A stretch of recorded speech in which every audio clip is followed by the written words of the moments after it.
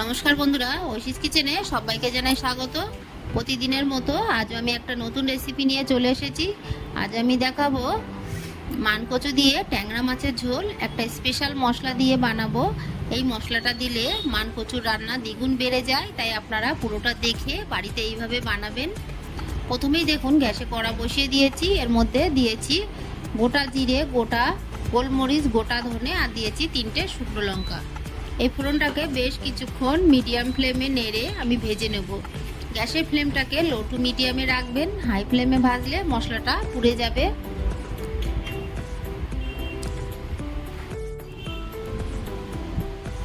বেশ কিছুক্ষণ নেড়ে চেড়ে আমি মশলাটাকে ভেজে নেব। তবে এর আগে আমি একটু লবণ দিয়ে দিলাম। এই লবণটা দিলে মশলাটা খুব ভালো করে ভাজা হয় আর অনেক দিন পর্যন্ত আপনারা এইভাবে বানিয়ে বাড়িতে রেখে দিতে পারবেন।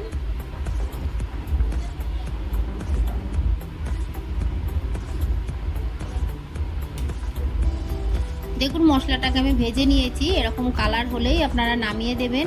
এর থেকে বেশি ভাজবেন না, তাহলে তেতো লাগবে।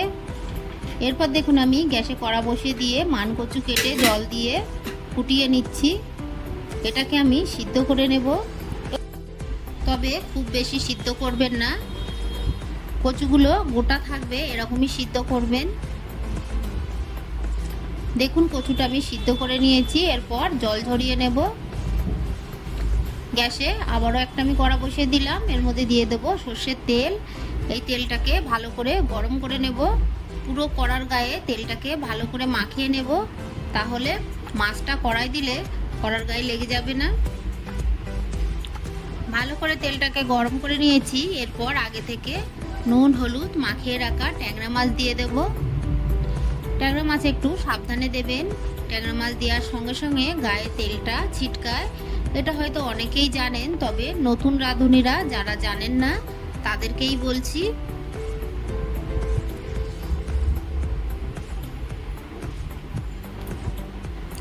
মাছগুলোকে দিয়ে আমি ঢাকা দিয়ে দেব, তাহলে তেলটা গায়ে ছিটকাবে না। কিছুক্ষণ এইভাবে রেখে এরপর ঢাকাটা তুলে মাছগুলোকে উল্টে পাল্টে আমি লালচে করে ভেজে নেব।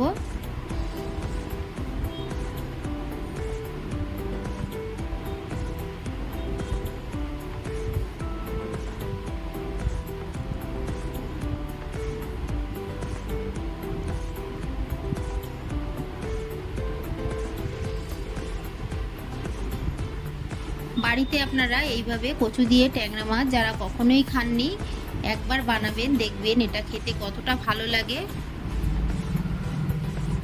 মানকচু যারা খেতে চায় না তারাও কিন্তু এইভাবে রান্না করলে সুন্দরভাবে খেয়ে নেবে।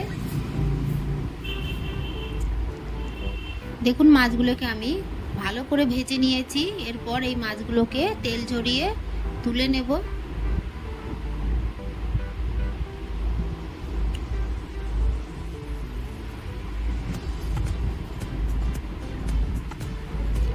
একইভাবে আপনারা অন্য কোনো মাছ দিয়েও রান্নাটা করতে পারেন, সেক্ষেত্রেও খেতে ভালো লাগবে।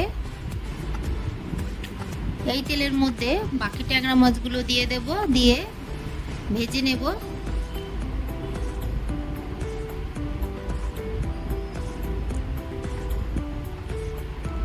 বাকি ট্যাংরা মাছগুলোকে আমি একইভাবে ঢাকা চাপা দিয়ে ভেজে নেব।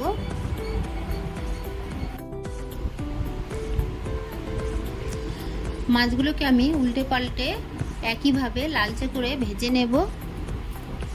দেখুন মাছগুলো ভেজে নিয়েছি, এরপর তুলে নিলাম। এই তেলের মধ্যে দিয়ে দেব হাফ টিস্পুন গোটা জিরে,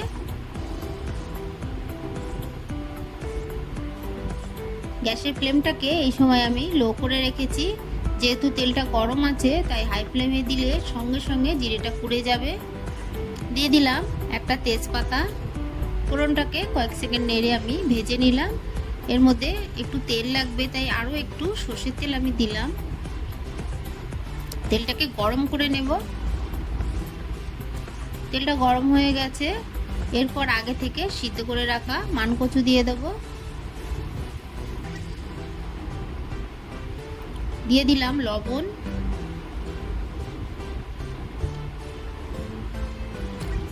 দিয়ে দেব হলুদ গুঁড়ো,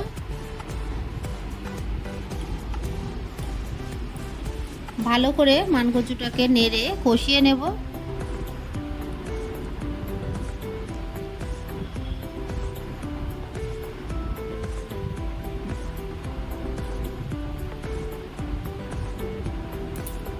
বেশ কিছুক্ষণ আমি নেড়ে মানকচুটাকে কষিয়ে নিলাম। এরপর এর মধ্যে দিয়ে দিলাম জল, পরিমাণ মতো জল আমি দিয়ে দিলাম।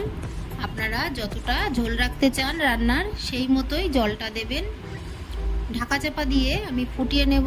তবে ঢাকাটা তুলে চেরা কাঁচা লঙ্কা দিয়ে দেব। ঝালটা আপনারা আপনাদের মতোই দেবেন। বেশ কিছুক্ষণ আমি ফুটিয়ে নিয়েছি, ঢাকাটা তুলে নিয়েছি। এই সময় আগে থেকে ভেজে রাখা মাছগুলো দিয়ে দেব। মাছগুলোকে দিয়ে আমি বেশ কিছুক্ষণ ফুটিয়ে নেব। ঢাকা চাপা দিয়ে আমি বেশ কিছুক্ষণ মাছগুলোকে ফুটিয়ে নিলাম। এর মধ্যে আমি যে ভাজা মশলাটা করেছিলাম সেটা কিছুটা দিয়ে দিলাম আরও একটু লবণ, আমি চেখে দেখেছি একটু লবণ লাগবে। দিয়ে দিলাম চেরা কাঁচা লঙ্কা, আরও একটু কাঁচা লঙ্কা দিলাম। দিয়ে বেশ কিছুক্ষণ ফুটিয়ে নিলাম। ঢাকা চাপা দিয়ে ভালো করে রান্নাটা করে নিলাম। একটু চেখে দেখে নেব সবকিছু ঠিক আছে কিনা। সবকিছু ঠিকই আছে। সবশেষে আমি এর মধ্যে দিয়ে দেব আগে থেকে ভেজে রাখা গুঁড়ো মশলা। এই মশলাটা আমি আগেও দিয়েছি, তবে নামানোর আগে দিয়ে আপনারা নামিয়ে দেবেন, তাহলে রান্নার স্বাদটা বেশি ভালো লাগবে। ফ্লেমটাকে আমি অফ করে দিলাম। আমার এই রেসিপিটি আপনাদের ভালো লাগলে প্লিজ আমার চ্যানেলটিকে সাবস্ক্রাইব করে পাশে থাকা বেল আইকনটি ক্লিক করে দেবেন, তাহলে আমার নতুন ভিডিওর নোটিফিকেশান আপনাদের কাছে পৌঁছে যাবে। রেসিপিটি ভালো লাগলে একটা লাইক করতে ভুলবেন না। রেসিপিটি কেমন লাগলো আমাকে কমেন্ট করে জানাবেন। ভালো থাকবেন, সুস্থ থাকবেন। আবার দেখা হবে পরের ভিডিওয়। পুরো ভিডিওটা দেখার জন্য সবাইকে জানাই অসংখ্য ধন্যবাদ।